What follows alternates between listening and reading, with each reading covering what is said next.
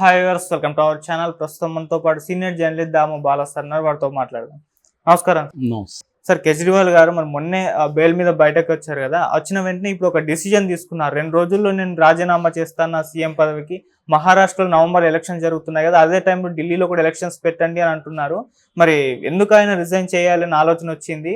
మరి ఎలక్షన్స్ కు వెళ్తున్నారు కదా, ఇది ఆ వ్యూహాత్మకంగా ఫలిస్తుందా లేకుంటే బెడిసి కొడుతుందా? దీని వలన ఆయనకి లాభమా నష్టమా సార్? మరి మోదీ గారికి లాభమా నష్టమా అంటారా? కేజ్రీవాల్ ఒక సంచలనమైన నిర్ణయం తీసుకున్నాడు. అదేంటంటే, నేను అగ్ని పరీక్షకి సిద్ధమవుతున్నాను. రామాయణంలో సీత ఎలాగైతే తన శీల పరీక్ష కోసం అగ్నిలో దూకిందో, అగ్నిగుండంలో, నేను కూడా అలాగా అగ్నిగుండంలో దూకుతాను. సో నేను రిజైన్ చేసేస్తాను. ఎందుకంటే నా మీద ప్రతిపక్షాలు, ముఖ్యంగా బీజేపీ, నేను కరప్ట్ అనే ఆరోపణలు చేశాయి. అది కానీ మీరు నమ్మేటైతే నన్ను ఓడించండి. సో లేదు, నేను స్వచ్ఛంగానే ఉన్నాను, నా వల్ల మీకు మంచి జరిగిందని మీరు అనుకుంటే నన్ను గెలిపించండి అని అతను ఢిల్లీ ప్రజలకి, దేశ ప్రజలకు కూడా పిలిపించాడు. అంటే కేజ్రీవాల్ నిజంగానే ఒక సంచలనమైన నిర్ణయం, అది డ్రాస్టిక్ డెసిషన్ అని కూడా చెప్పచ్చు.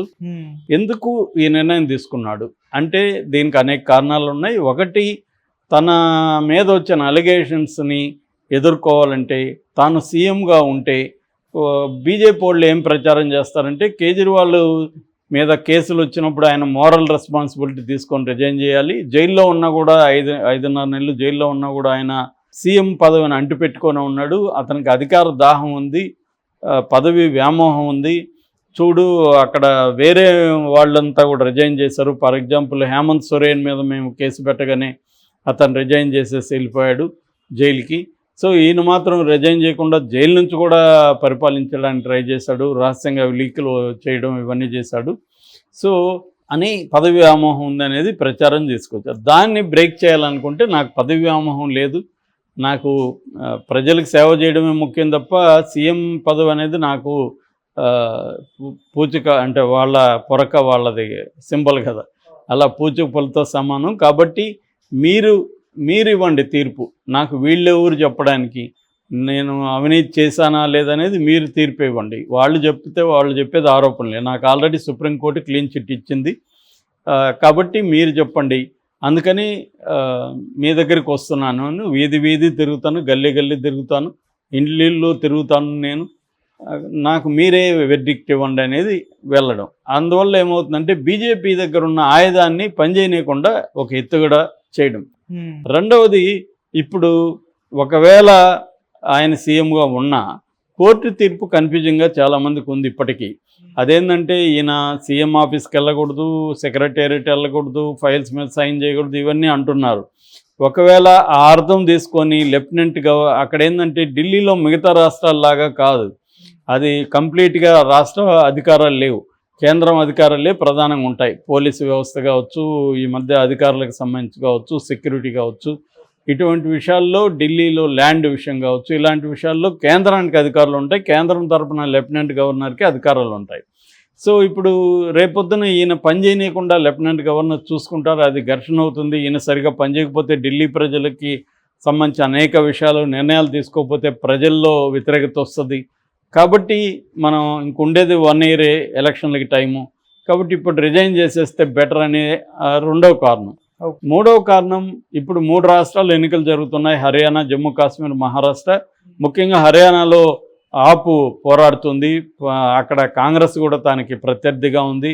బీజేపీకి అక్కడ ఎదురీత ఉంది. కాబట్టి అక్కడ కానీ కొద్దిగా గట్టిగా నిలబడితే రేపొద్దున కాంగ్రెస్, ఆపు కలిసి కూడా పోస్ట్ పోల్ అలయన్స్ ఏర్పడి అధికారాన్ని చేపట్టే అవకాశం ఉంది. అప్పుడు తమ ముఖ్యమంత్రిని కూడా డిమాండ్ చేసే అధికారం వస్తుంది, అవకాశం వస్తుంది. అందువల్ల కూడా ఈ 3 రాష్ట్రాల్లో తను టైం స్పెండ్ చేయాలనుకుంటే, కేజ్రీవాల్ ముఖ్యమంత్రిగా ఉంటే ఇది సరిపోదు. అది కూడా అంటున్నారు, అది కూడా అంటారు రేపొద్దున. చూడు, కేజ్రీవాల్ వచ్చాడు ముఖ్యమంత్రిగా, ఢిల్లీ ప్రజలకి చేయాల్సిన పనులు ఆపేసి ఆయన వేరే రాష్ట్రాల్లో తిరుగుతున్నాడు అన్న విమర్శ కూడా వస్తుంది. అందుకని తన బదులు ఇంకొకరు ముఖ్యమంత్రిగా ఉంటే ఇక్కడ అడ్మినిస్ట్రేషన్ ఇబ్బంది ఉండదు, ఇక్కడ వెల్ఫేర్ యాక్టివిటీస్ కంటిన్యూ అవుతుంటుంది, తాను వెళ్ళి పొలిటికల్గా బీజేపీని దెబ్బతీయడానికి ట్రై చేయొచ్చు అనేది కూడా తన మూడవ కారణం. ఇలాగా మల్టీ రీజన్స్ నుంచి కేజ్రీవాల్ ఈ నిర్ణయం తీసుకున్నాడు.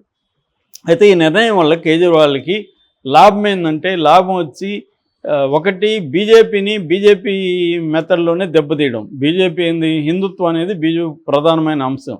అదే సింబాలిక్గా ఈయన కూడా నేను కూడా రామాయణంలో సీతలాగా అగ్ని పరీక్షకి సిద్ధమవుతున్నానని చెప్పడం ద్వారా మోడీని దెబ్బకొట్టడానికి ఈయన ట్రై చేయడం. రెండవది, ఈ అవినీతి అనేది ఎప్పుడైనా ఆరోపణలు వస్తే ప్రజల్లో ఏముంటుందని తినకుండా ఉంటాడు లేరా తినుంటాడు అన్నట్టుగానే అనుకుంటారు.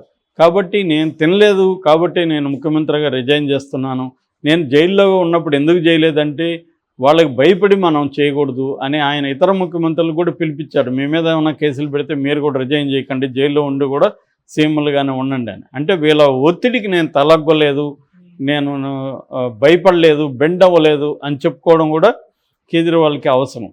సో ఆ రకంగా కేజ్రీవాల్కి ఢిల్లీలో కొంతవరకు ఉపయోగం జరుగుతుంది.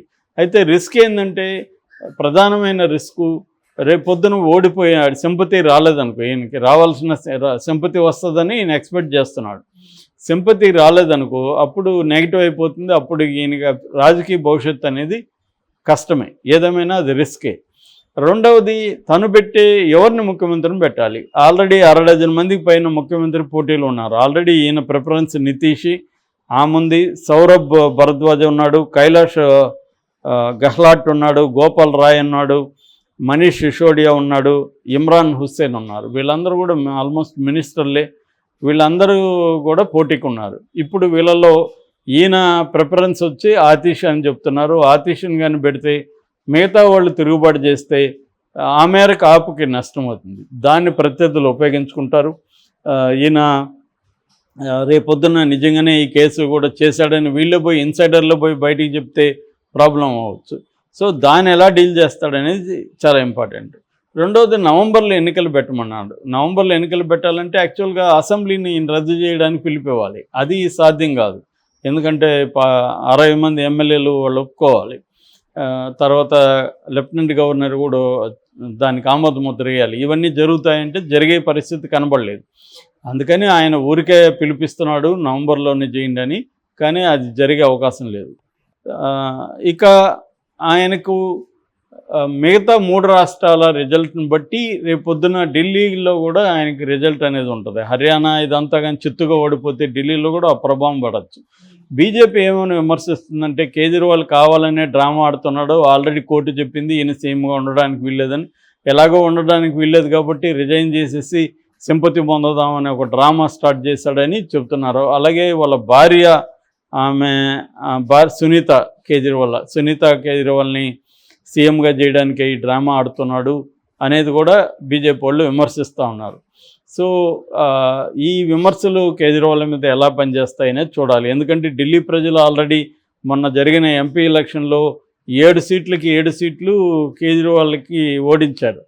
అంటే ముందు నుంచి కూడా అక్కడ ఏం జరుగుతుందంటే అసెంబ్లీలో కేజ్రీవాల్ని గెలిపిస్తున్నారు ఢిల్లీ ప్రజలు, ఇటు పార్లమెంట్కి వచ్చేసరికి బీజేపీని గెలిపిస్తున్నారు. అక్కడ క్లియర్గా ఈ 2 కనిపిస్తాయి.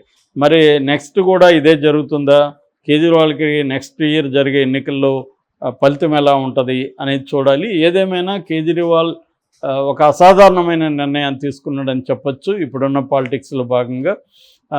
అయితే తను సీఎంగా అక్కడ ఎవరిని పెడతాడనేది ఇంపార్టెంట్. ఎందుకంటే రేపొద్దున అదేదంటారు కదా, ఏకై మేకై కూర్చున్నట్టు అది జయలలితకి జరిగింది, తర్వాత మాంజీ జరిగింది. మొన్న జార్ఖండ్లో మాంజీని పెట్టేసి వెళ్తే ఆయన హేమంత్ సోరెన్ వచ్చేసరికి తనకి అసంతృప్తి వచ్చింది, తన పదవిని కోల్పోవడానికి, అందుకని వెళ్ళి బీజేపీలో చేరాడు ఆయన. సో అట్లాగే నితీష్ కుమార్కి ఇబ్బంది అయింది. ఇలాగా వేరే వాళ్ళని పెడితే సీఎంలుగా వాళ్ళు ఒక నాటుకుపోతారు. రేపొద్దున ఈయన వచ్చి నువ్వు కాదు సీఎం నేనంటే వాళ్ళకి బాధేస్తుంది. అలాంటి ఇబ్బందులు కూడా వచ్చే అవకాశం ఉంది. అందుకని మరి దీన్ని ఎలా డీల్ చేస్తాడు కేజ్రీవాల్ అనేది వెరీ ఇంపార్టెంట్. ఎప్పుడైనా కూడా రాజకీయాల్లో ఇంటర్నల్ ఆస్పెక్ట్స్, ఎక్స్టర్నల్ ఆస్పెక్ట్ రెండు ఉంటాయి. ఎక్స్టర్నల్ ఆస్పెక్ట్స్ని ఇంటర్నల్గా ఒక వ్యక్తి ఎలా డీల్ చేస్తాడు అనేది ఇంపార్టెంట్. ఒక్కోసారి తను డీల్ చేయలేని పరిస్థితి కూడా వెళ్ళిపోతుంది. మన కేసీఆర్ పరిస్థితి అదే. ఎక్స్టర్నల్ ఫ్యాక్టర్స్ని అతను ముందుగా అంచనా వేయడంలో ఫెయిల్ అయ్యాడు. ఇప్పుడు ఎక్స్టర్నల్ ఫ్యాక్టర్స్ని డీల్ చేయడంలో అతని వల్ల కావట్లేదు. సో ఒకప్పుడు కేసీఆర్ బ్రహ్మాండంగా డీల్ చేసిన వ్యక్తి, కానీ ఎక్స్టర్నల్ ఫ్యాక్టర్స్ మరీ నీకు అతి దారుణంగా వ్యతిరేకంగా ఉన్నప్పుడు అవి డీల్ చేయడం కష్టం అవుతుంది. సో ఇలాగా ఆల్రెడీ 2 రాష్ట్రాల్లో ఆపు ప్రభుత్వం ఉంది. ఇప్పుడు గుజరాత్లో కొంత పెరిగింది, గోవాలో కొంత పెరిగింది, హర్యానాలో కూడా కొంత ఆపుకుంది. ఇటువంటి కాంటెక్స్ట్లో కేజ్రీవాల్ ఈ క్రైసిస్ని ఎలా డీల్ చేస్తారు?